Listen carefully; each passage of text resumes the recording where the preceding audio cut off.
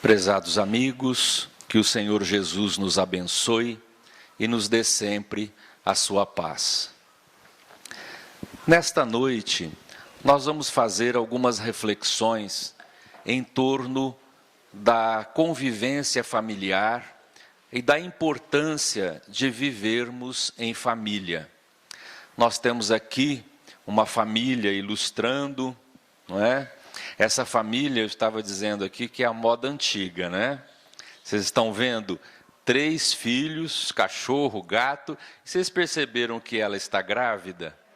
Perceberam?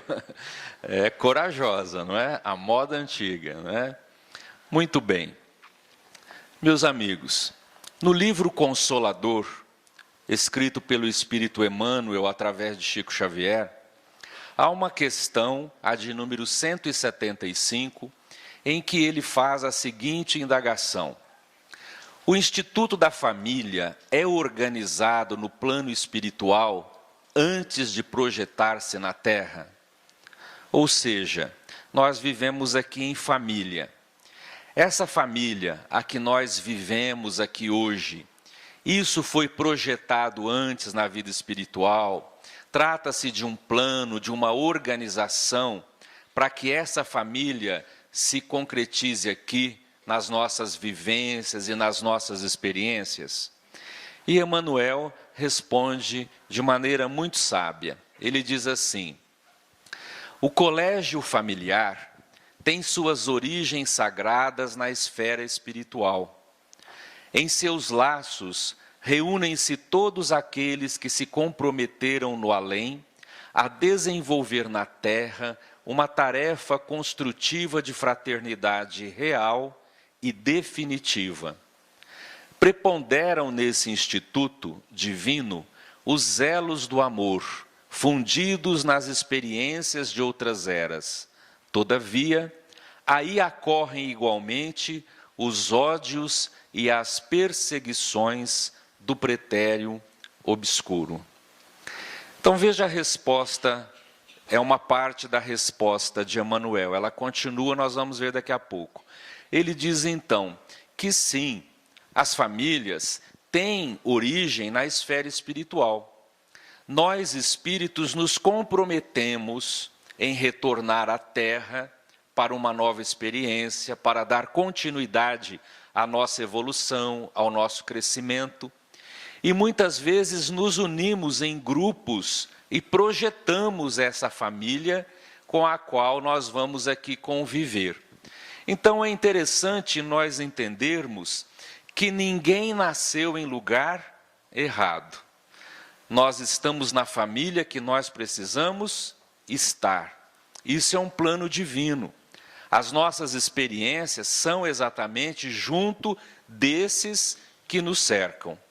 Às vezes o adolescente diz assim, né, na hora de um desentendimento: eu não pedi para nascer nessa família. Não é? Aí eu costumo dizer assim, realmente o jovem está certo, ele não pediu para nascer, ele implorou, né? Organizou, pediu oportunidade, né? E renasceu ali onde precisava. Agora, na família, no grupo familiar, nem tudo são amores, nem tudo é facilidade, nem tudo é harmonia. Por quê? Porque os espíritos que se reúnem aqui no palco da vida, nessa experiência familiar, podem ser espíritos que trazem de experiências passadas os elos do amor, ou seja, espíritos afins, com uma afinidade muito grande. Mas também pode acontecer de estarem presentes nesse mesmo grupo familiar espíritos que trazem ódios, perseguições do passado, injunções mal resolvidas, esperando, a lei está esperando que esses espíritos se acertem. Por isso, nós vamos encontrar dentro do quadro familiar essas dificuldades do relacionamento. Por isso, os nossos desafios de convivência, eles são muito maiores dentro do lar. Eu me recordo de uma mãe dizendo assim, ela foi numa reunião de escola e os professores chegavam e conversavam com ela. A senhora que é a mãe do fulaninho, né, do Joãozinho, né? Nossa, que maravilha, o fulano. Todo mundo falava bem do menino. Aí ela falou assim, eu acho que eles estão me confundindo. Esse não é o meu filho, né? Porque aplicado, amigo, conversa, e ele é totalmente o contrário dentro de casa. Então, os maiores desafios estão exatamente dentro do lar. É fácil a gente ser cortês, a gente sorrir, a gente conviver aí fora. Quando nós retornamos para o local da experiência maior, nós encontramos as dificuldades no relacionamento. Ele ainda continua respondendo. Tudo isso acontece a fim de se transfundirem em solidariedade fraternal, com vistas ao futuro. É nas dificuldades provadas em comum, nas dores e nas experiências recebidas na mesma estrada de evolução redentora, que se olvidam as amarguras do passado longínquo, transformando-se todos os sentimentos inferiores em expressões regeneradas e santificadas. Purificadas as afeições, acima dos laços de sangue, o sagrado instituto da família se perpetua no infinito, através dos laços imperecíveis do Espírito. Então veja, Emmanuel conclui que tudo isso acontece com vistas à solidariedade universal, a vivermos em completa harmonia no futuro. Porque a vida não tem sentido se nós não nos entendermos, se nós não nos amarmos. A proposta do Evangelho de Jesus é que nos amemos uns aos outros, é que nós aprendamos a conviver com as diferenças. Então, o grupo familiar vai viver essa luta constante. Dificuldades provadas em comuns. Então, as lutas que se desenrolam ali dentro do grupo familiar envolvem a todos. Os problemas que ali acontecem têm a ver com todos.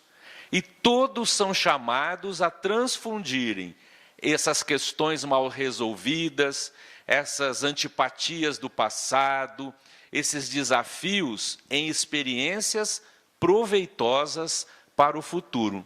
Então, o Instituto Familiar é algo sagrado na experiência do Espírito. Nós renascemos exatamente para ali, nesse conjunto, nós crescermos, nós alcançarmos plenitude espiritual. Mas, para a gente fixar melhor essas lutas familiares e entendê-las, nós vamos usar dois exemplos de duas famílias que vão reencarnar aqui na Terra. Esses dados estão no livro Missionários da Luz, do Espírito André Luiz. Lá, neste livro, ele narra a reencarnação, os planos reencarnatórios de Anacleta. Ela vai renascer, vai ter uma família, ela está projetando essa família, e ela vai ter vários desafios dentro da convivência familiar. No livro, André Luiz estuda a questão da reencarnação. Nós vamos aproveitar a lição para estudarmos a questão dos desafios familiares. Então, André Luiz narra que Anacleta, na última encarnação aqui na Terra, ela cometeu vários erros na convivência familiar. Ela era esposa de um grande empresário, um homem muito rico, era uma família de muitos recursos, e eles tiveram 4 filhos. Porém, Anacleta, cuidando desse clã, desse grupo familiar, ela teve vários equívocos. O primeiro deles foi excessos de meiguice. Ela tratava os filhos como verdadeiros bibelôs, e não como espíritos em aprendizado, necessitados de educação, de aperfeiçoamento, não é? De desafios, de disciplina. Não. Ela tratava as crianças como bichinhos de estimação. É um erro? Sim, embora a boa intenção dessa mãe. Mas a vida nos ensina que em tudo nós precisamos ter disciplina. Até no amor. Excesso de meiguice não educa, pelo contrário, atrapalha. Então nós temos que demonstrar amor aos nossos filhos, sim, mas nós também precisamos demonstrar autoridade materna, autoridade paterna. Nós precisamos demonstrar essa hierarquia entre filhos e pais, disciplina, responsabilidades, mas ela não conseguia ver isso. Então, ela errou com excessos de meiguice, superproteção. Qualquer coisa que acontecia, errados são os outros. Os filhos dela, perfeitos. Ela sempre os protegia, não é? Ela tinha uma ação, durante a educação das crianças, contrária à do esposo. O esposo de Anacleta era um homem maduro, mais experiente. Então, ele dizia assim: nós precisamos dar aos nossos filhos responsabilidades. Eles já estão entrando na juventude. Vamos oferecer a eles um trabalho nas nossas empresas. E ela dizia: absolutamente. Filho meu não nasceu para trabalhar. Para que nós construímos isso tudo? Eles vão usufruir do que nós construímos. Trabalhar, receber ordens dos outros, de forma alguma. Filho meu não nasceu para isso. E ela ia contra a atitude de bom senso do marido, e os jovens foram crescendo entre os excessos, os abusos, a loucura e a proteção da mãe, que também nunca impôs limites. Então, eram crianças que o que queriam, tinham, não é? O que quisesse fazer, eles não estavam habituados a ouvirem não. Ela não impunha limite, permitia tudo, não é? E nunca deu deveres aos filhos. O desfecho desse grupo familiar foi trágico. Trágico, porque os filhos se envolveram em complicações muito sérias. 2 deles se envolveram num acidente automobilístico com outro jovem. Esse jovem, nesse acidente, vem a morrer. Um dos rapazes, um outro filho, se envolve com drogas e acaba se suicidando. E a menina, a filha do casal, se envolve também com muitos desregramentos e tem um fim de vida também muito complicado. Todos, então, desencarnam nessa situação infeliz. Quando Anacleta chega na vida espiritual e sofre as consequências de tudo isso, ela começa a observar que os filhos estão sofrendo e ela se sente culpada pelo sofrimento deles. Então, arrependida, ela roga auxílio, é amparada, e agora ela está lá no instituto, na colônia espiritual Nosso Lar, programando a reencarnação. Ela vai voltar, ela quer ajudar esses espíritos que ela sabe que ela os prejudicou, não é? Impedindo-lhes o crescimento moral. Então ela vai renascer. Agora, meus amigos, veja o programa reencarnatório de Anacleta. Veja como a lei de ação e reação é sábia, como a lei divina trabalha para que os espíritos possam mesmo crescer. A situação do grupo familiar vai ser muito complicado. Todos os filhos que esbanjaram, que não tiveram limites, que se prejudicaram, que prejudicaram outros, virão em situações difíceis, mas na verdade são situações que eles mesmos criaram com o tipo de vida que tiveram na outra encarnação. Então, ela terá 2 filhos paralíticos.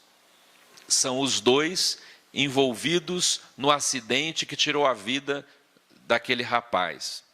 Um outro filho, o que se suicidou, terá sérios problemas mentais. Será uma criança que exigirá cuidados constantemente. A melhorzinha da família vai ser a menina. Ela vai ter muitas necessidades, muitas dificuldades, mas vai ser a única que vai poder ajudar um pouquinho a Anacleta. Ela vai se casar com o mesmo marido da encarnação passada. Ele vai renascer para ajudá-la. Só que a vida espiritual colocou uma condição nesse casamento. Ela vai enfrentar uma viuvez precoce. Então veja como é a vida. O marido tentava fazer tudo para a harmonia do lar. Ela ia contra. Ela foi a causa do desregramento, do desequilíbrio desses jovens. Eles, por sua vez, tendo todas essas regalias, se permitiram tudo isso. Não tiveram bom senso, não analisaram. Também tem culpa na situação. O grupo renasce. Vão começar de novo. Estão no palco da vida. O marido, que cumpriu com toda a tarefa na encarnação passada, nesta vida, quando os filhos nascerem, ele desencarna. Quem vai ficar com a grande luta? Ela. Porque foi exatamente ela quem criou tudo isso. Agora, imaginemos a convivência desta mãe viúva com esses filhos problemáticos. Vai ser fácil, meus amigos? De forma alguma. Será fácil para esses dois meninos que vão ficar sem locomoção, paralíticos, tudo que eles tinham no passado? Não ouviam não, tudo o que queriam tinham, achavam que eram os donos do mundo, né? Agora a vida vai colocar numa situação de cerceá-los, educá-los. Possivelmente, esses meninos vão ser meninos rebeldes, difíceis, e a mãe vai falar: meus filhos, né? Isso, e eles rebeldes.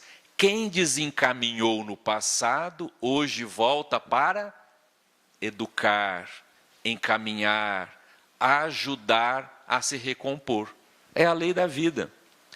Então a gente imagina uma família assim, com todos esses quadros de dor e de sofrimento, dia após dia.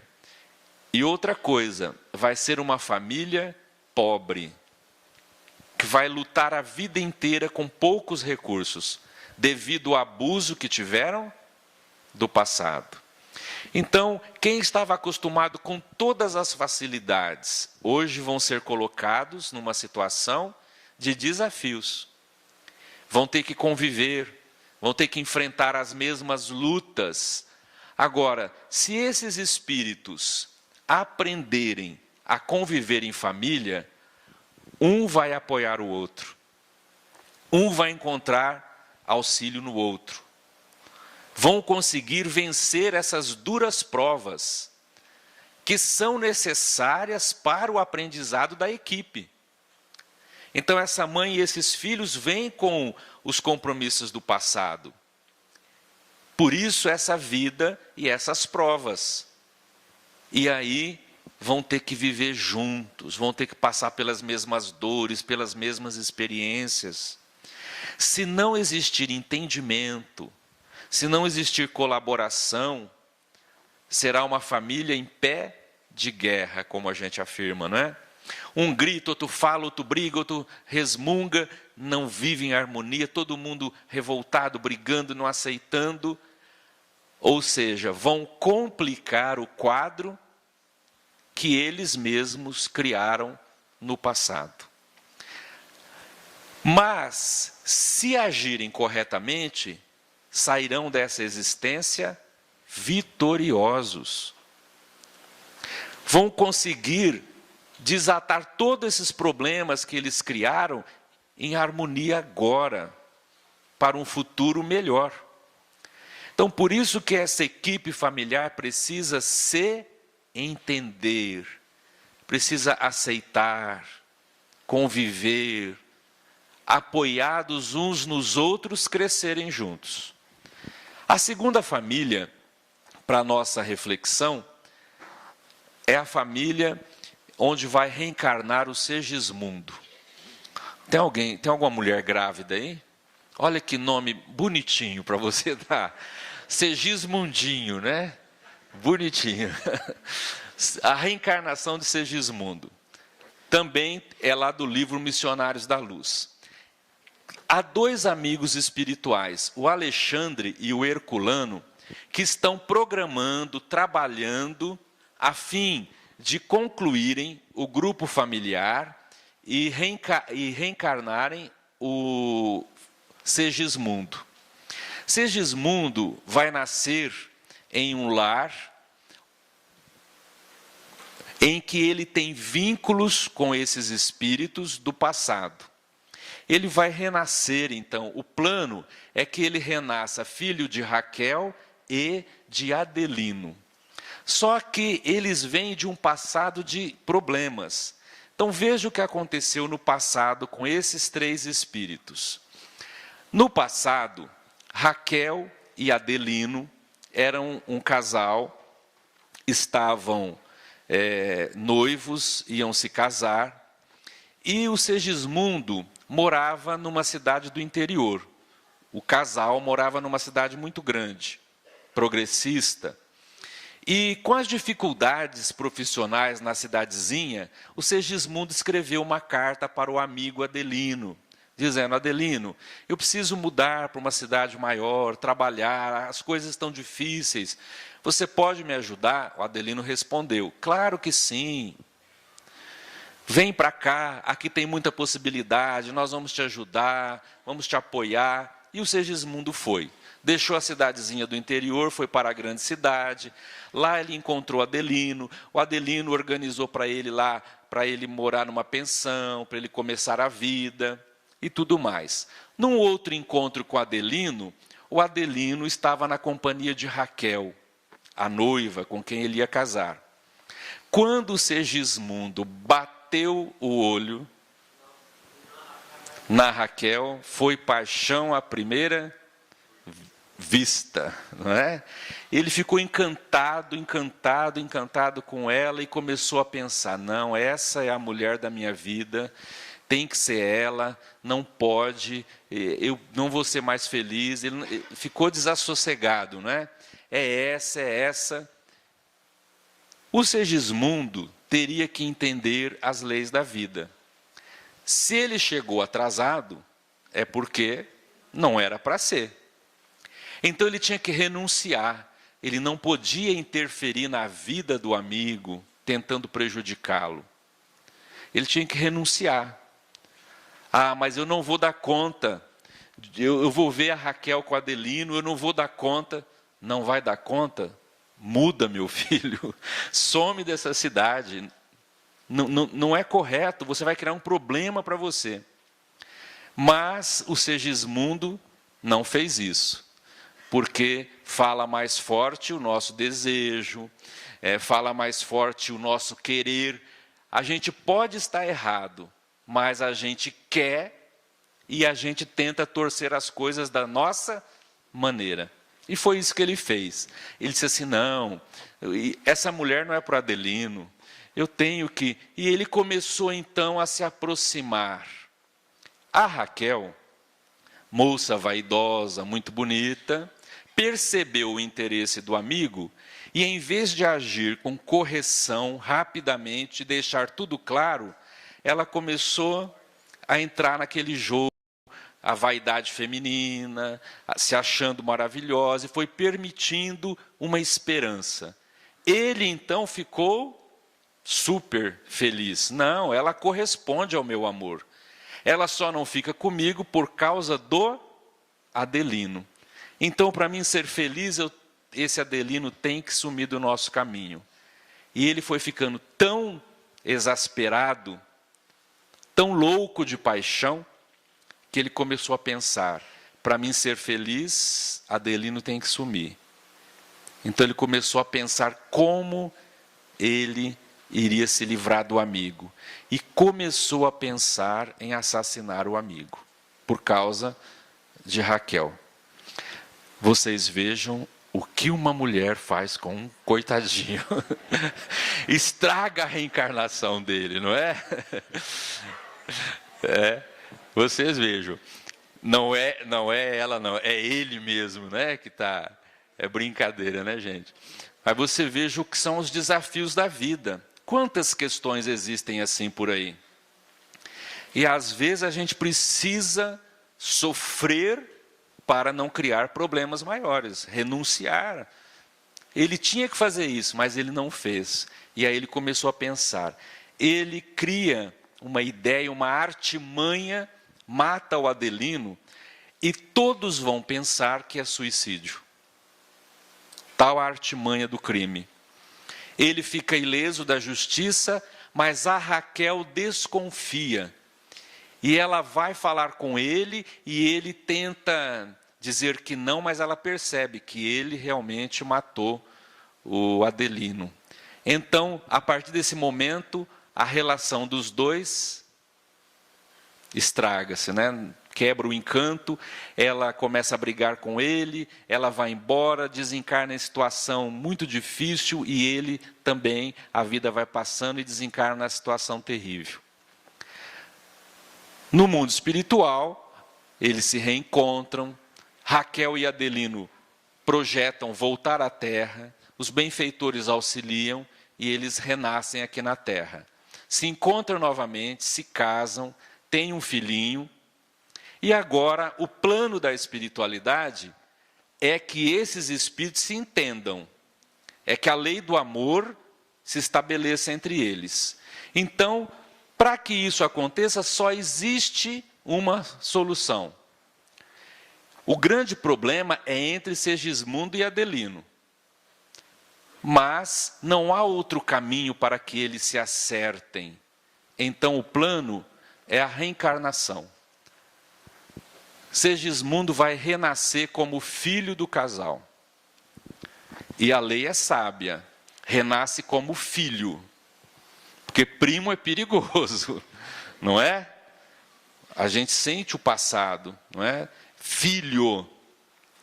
Agora vamos pegar essa família e vamos analisá-la nos desafios, como se essa família estivesse vivendo hoje. Então, Raquel e Adelino se casam, tem o primeiro filhinho, e agora ela fica grávida e tem o segundo. Vai nascer o Segismundo nessa família. Com quem Segismundo tem muita afinidade? Com a Raquel, com a mãe. Com quem ele tem uma certa aversão, uma disputa, uma rivalidade? Com o pai. Ele vai vir na condição de filho. Agora imaginemos o Segismundinho crescendo.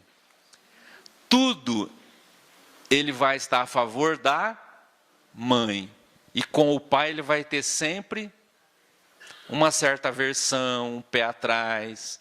O Adelino vai olhar para o menininho e falar assim, ó, esse menino tem uma coisa nele, que eu fico assim, parece que o que ele fala já é para me desestruturar. Ele fala comigo, com a mãe dele ele não fala, mas comigo ele fala me atacando. Esse menino vai me dar trabalho. Lembra os elos de amor que nós carregamos, mas também as aversões, as perseguições, as algemas de ódio. A gente renasce. Agora imagina Adelino e Raquel na convivência e educando o menino. Os desafios, a dificuldade, o problema. Se eles se esforçarem, se o casal se unir, eles vão vencer. E os laços afetivos da consanguinidade vão triunfar. Então, aquele inimigo do passado, aquele espírito que tinha uma rivalidade, uma antipatia, agora eu vou carregar nos braços, ele vai sentir o meu calor, a minha presença, eu vou estar com ele, vou fazer parte da vida. Nós vamos juntos criar laços de amor, de afetividade. É isso o que a vida quer.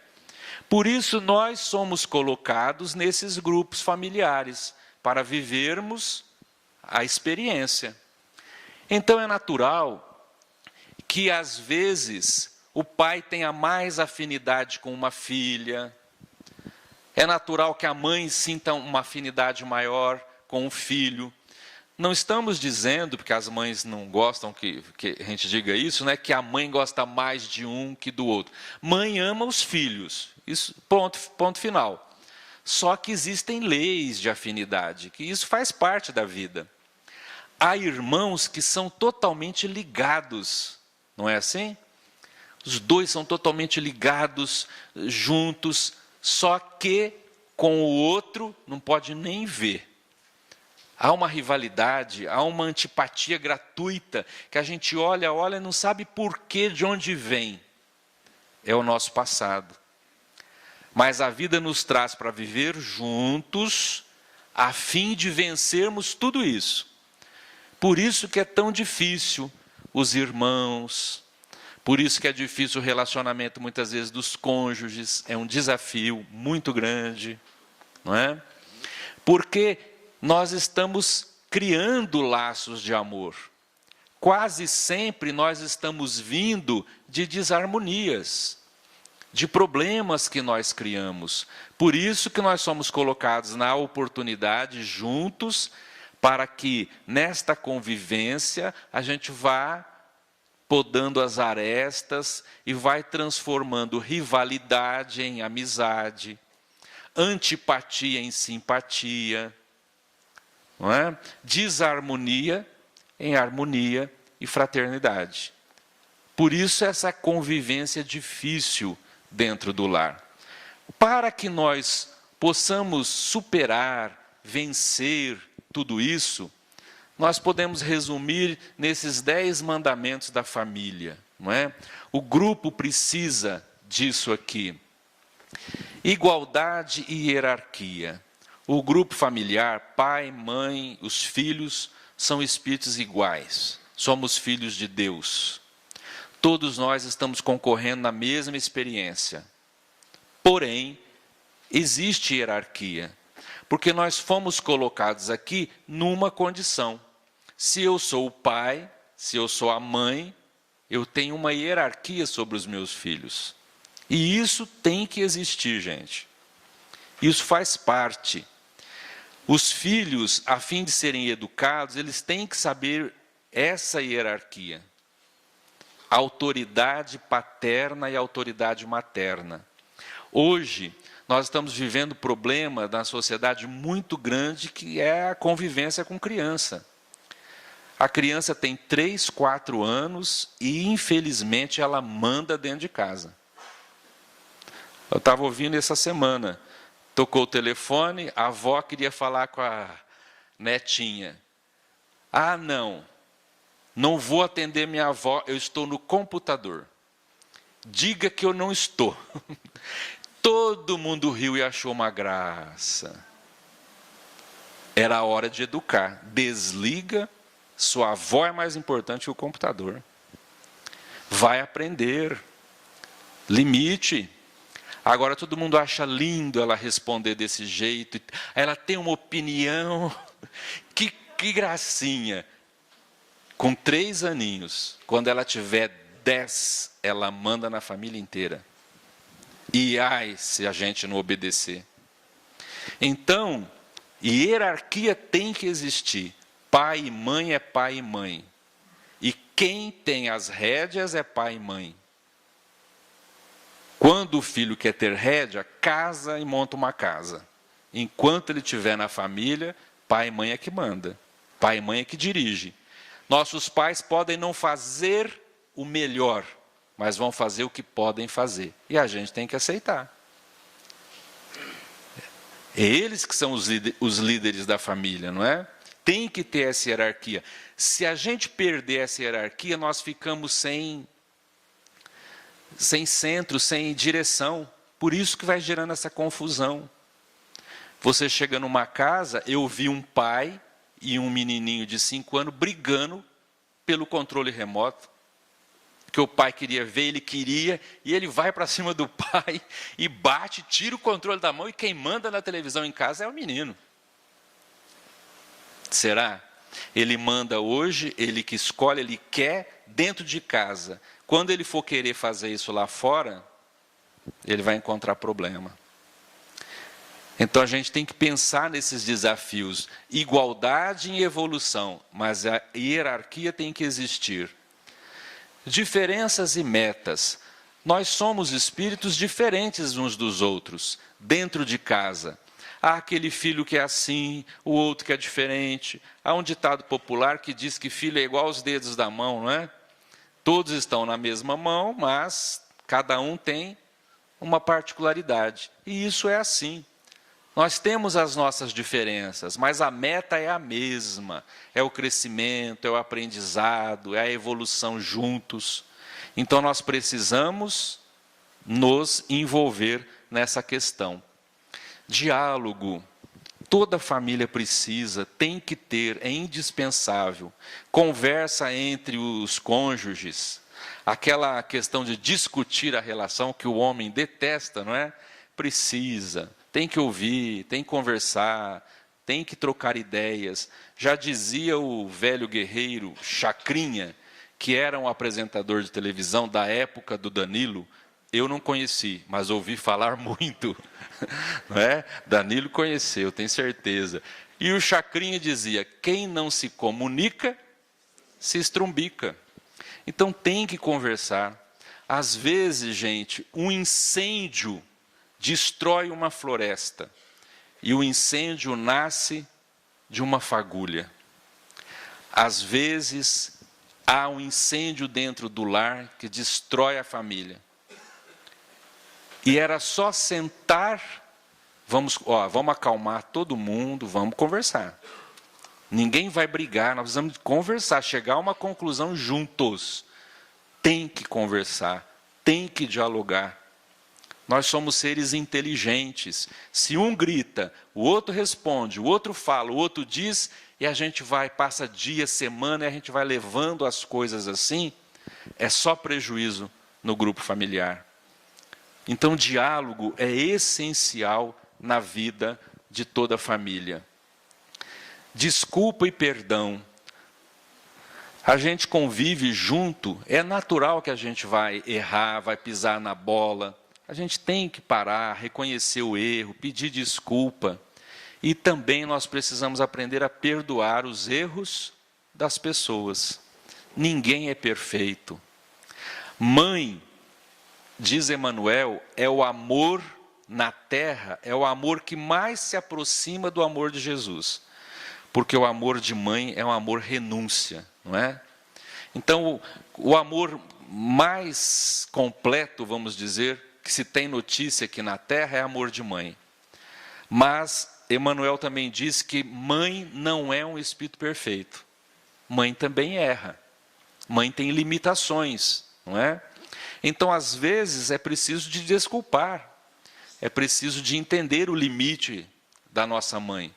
Às vezes, o jovem cobra muito, sem saber tudo que a nossa mãe viveu, as lutas que ela teve, os tempos eram outros. Então, nós precisamos desse perdoar, desculpar, compreender, para a gente levar o aprendizado adiante, não é? União entre o grupo da família é indispensável. Agora, tudo isso, gente, nós sabemos que não é fácil. Fácil é ler isso aqui, esses 10 itens, não é?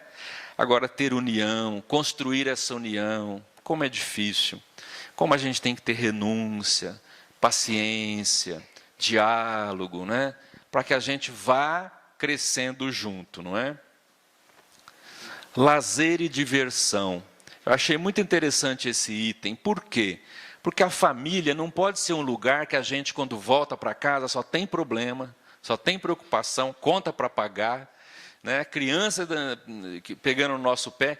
Dentro do lar, a gente tem que criar no grupo familiar a descontração também.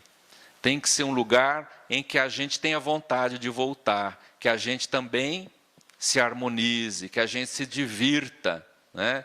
Então, uma família que leve as coisas assim com mais humor, é mais fácil conviver, né? Respeito, que a gente estava dizendo lá da igualdade, nós temos que nos respeitar, não é? Eu posso não concordar com a minha mãe ou com o meu pai. Eu posso não concordar com meu pai. Eu posso até dizer não para ele, mas eu não posso faltar com respeito. E olha que um dos 10 mandamentos, desde a época de Moisés, é honrar pai e mãe. E honrar é algo sério, né? Então eu tenho que respeitar a autoridade, é meu pai. Eu não concordo com o que ele está dizendo, não concordo com isso. Eu posso até sentar e conversar com ele, mas gritar, xingar, faltar com respeito, agredir, é erro gravíssimo. Ele pode até estar errado, e eu com a razão, mas eu não tenho direito de faltar com respeito. Eu tenho que conversar, eu tenho que dialogar, não é? Então, respeito, e isso com todos, não é? Dentro do lar, a gente tem que se respeitar, não é? Nós não podemos chegar ao ponto de perder o respeito, porque quando a gente perde isso, a convivência vai ser traumática para todos, não é? Não podemos chegar a esse ponto. Confiança, né, entre os que convivem ali junto. Elogio e estímulo, gente. Isso também é muito importante. Às vezes a gente sorri para o amigo, a gente é agradável com todo mundo e não é gentil e agradável dentro de casa. A gente não faz nenhum estímulo. A gente não elogia as pessoas da família. A gente só cobra. Então, quer ver um exemplo?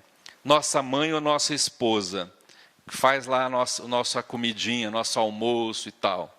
A gente passa a vida comendo o almoço lá da nossa mãe, da nossa esposa, com raríssimas exceções. É muito difícil. A gente não para um dia e fala assim, ô mãe, ou então, ô minha querida, muito obrigado, você faz esse feijãozinho maravilhoso, a gente não fala, a gente passa a vida comendo, mas não fala. Agora, se um dia ela errar no tempero, que isso, mulher? Derrubou o saleiro aqui dentro da panela? Que isso, mãe? Só tem que fazer um curso com a Ana Maria Braga, pelo amor de Deus. Aí a gente grita. Errou, a gente grita, mas ela faz aquilo a vida inteira.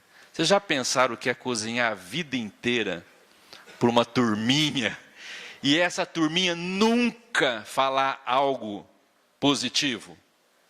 É muito cruel, né? É muita crueldade.